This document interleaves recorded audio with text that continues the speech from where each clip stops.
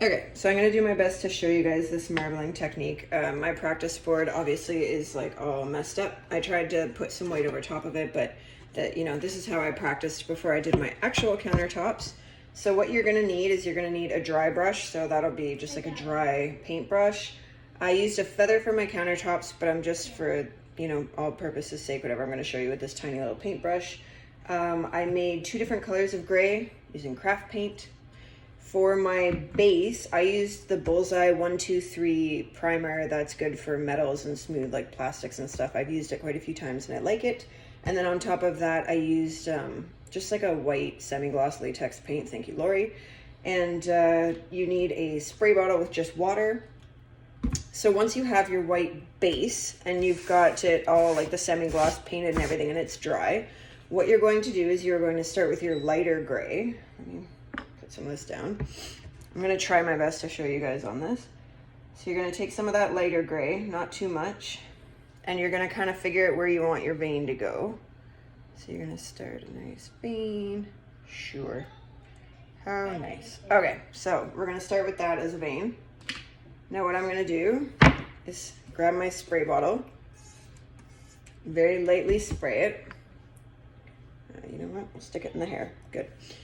And then you're going to take the brush and you're going to kind of blend it out. So you can still see where the vein is. So you can go back because we're going to be building layers. That's the biggest thing with this is you want to build layers. Take your small brush again. You can go with the light color again. You can go with the darker. It's kind of whatever your preference is. And you're just going to keep building on that original vein that you had.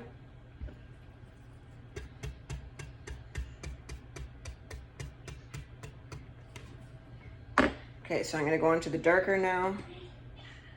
Grab some of the darker.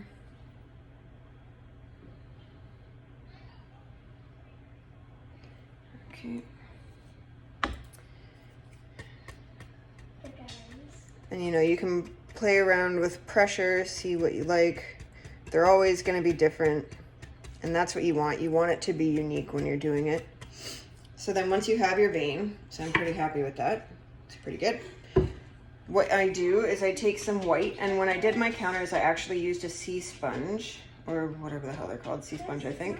And you're gonna just add some little white irregularities there because natural stone has that. And another thing I did with my countertop that is nice is I actually put some, is it iridescent? Some like see-through kind of sparkly stuff because natural stone has like a glitter in it. Or a sparkle in it, whatever you want to call it, little sparkles. So I did add some of that to my counter as well. So anyways, you end up getting the marbling technique, and you can do it however you want. You can play around with it. It's going to look different every time you do it. Pretty hard to mess it up. Anyways, that is how I did my countertops.